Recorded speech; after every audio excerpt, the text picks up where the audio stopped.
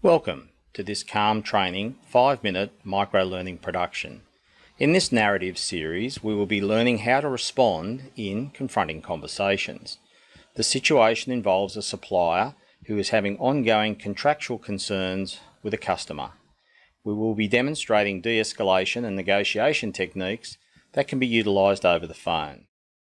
In this third video narrative of the Confronting Conversations series, we introduce stage 3 of the dialogue, which is the contingency engagement.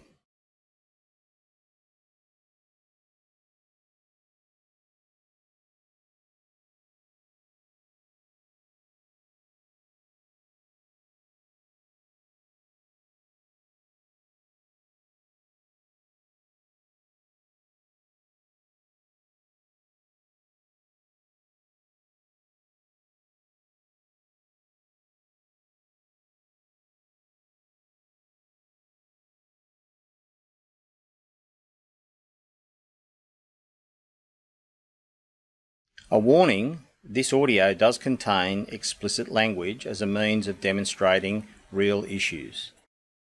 I'm struggling here. I just don't get why your company is doing this. It's basically fucking all the suppliers over. You know that, don't you? The company knows what it's doing. I don't know why I'm wasting my breath here. This whole thing makes me so fucking angry. How do you live with yourself? Such a dishonest company. You know better than them. John, I understand that this is a really challenging, very complex, really challenging issue, and you are under an enormous amount of pressure. I don't underestimate that for one moment.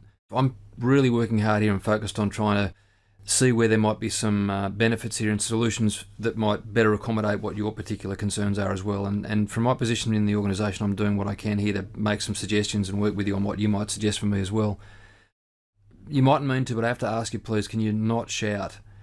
And I'll tell you why. When you shout, it makes it very difficult to hear through that, to know what it is that exactly you're asking of me. And I do, and I'll be honest with you, I do find that quite distracting. I'd like to find a way that we can have this discussion.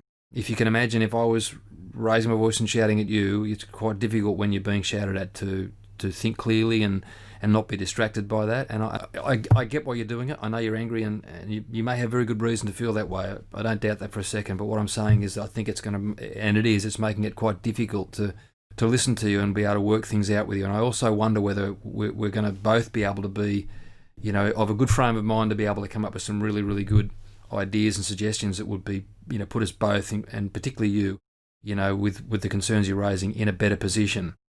And I'd like to think that when you and I talk together and we work together on trying to work out where we take things, that we actually come up with some really good ideas that have a benefit for you as well. But I think if we're at the point where we're so angry we're shouting, I don't think we're going to get there. So do you think you might be able to find a way to just bring the voice level down so you're not shouting at me so much?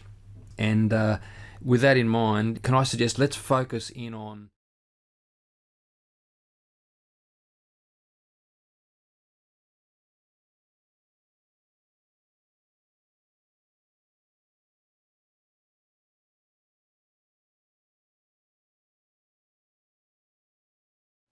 This is bullshit and you know it.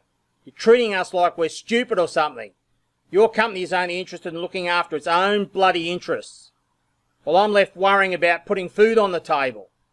You're not thinking about us, the poor bloody suppliers, the lifeblood of your company. Without us you'd be nothing, fucking arseholes.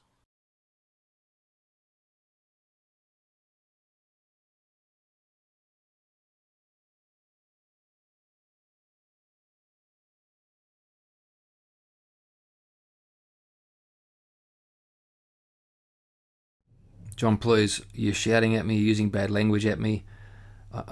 As I said, I understand you're under a lot of pressure. I'm really working hard here. I don't want to get off the phone. I actually want to stay on here and be able to help you. I really do. I'm really seeing through your shouting as I know it's angry, and that's why you're saying what you're saying. And I'm really trying to see through that and work out where there might be some progress that you and I can make together. I think if we're at the point where we're struggling with that, we might just be better off not continuing on with the current call. Look, let's just see, can I call upon your reasonable side again?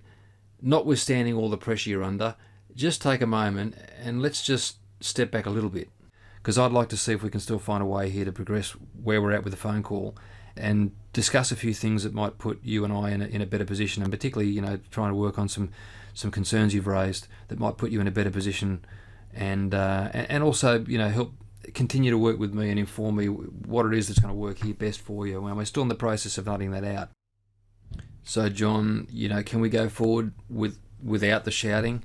Can you find a way to still have some discussion with me and without the the raised voice and without the language at me as well?